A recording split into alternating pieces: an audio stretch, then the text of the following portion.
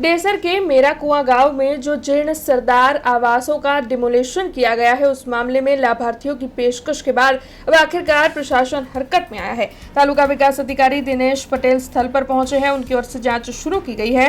स्थानीय ग्रामजनों को साथ में रखकर स्थल का जायजा लिया गया है। डिमोलिशन किसने किया, जिम्मेदार कौन है, उस तक पहुंचने की जांच शुरू हो चुकी है। गाँव के लोगों के पास से जानकारियां इकट्ठा की जा रही है। घटना की हकीकत जानने के लिए प्रशासन मैदान में उतरा है। तब जांच के आधार पर आगे की कार्रवाई की जाएगी। ऐसे में आपको बता दें कि मेरा कुआ डिमोलिशन मामले में गंभीर जांच जो है वो शुरू हो चुकी है।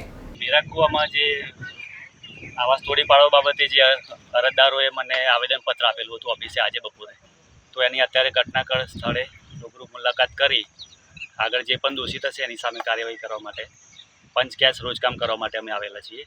તો આવાસ લાભાર્થી જેટલા પણ છે અહીંયા એમને રૂબરૂમાં પંચકેસ કરીને નિવેદન લઈ અને આગળની ઘટતી કાર્યવાહી કરવામાં આવશે। આવાસ અંદાજિત 19 આવાસ હતા। હવે તલાટી કમોતરીના રેકોર્ડમાં કેટલા આવાસ છે એ પણ ચેક કરવામાં આવશે અને જે પણ દોષિત હોય આ ગેરકાયદેસર રીતે તોડકામ તોડી પાડે છે એની સામે કાર્યવાહી કરવામાં આવશે। हमसे जुड़े रहने के लिए हमारे YouTube चैनल को सब्सक्राइब करें और नई वीडियो की नोटिफिकेशन के लिए बेल आइकॉन को दबाएं।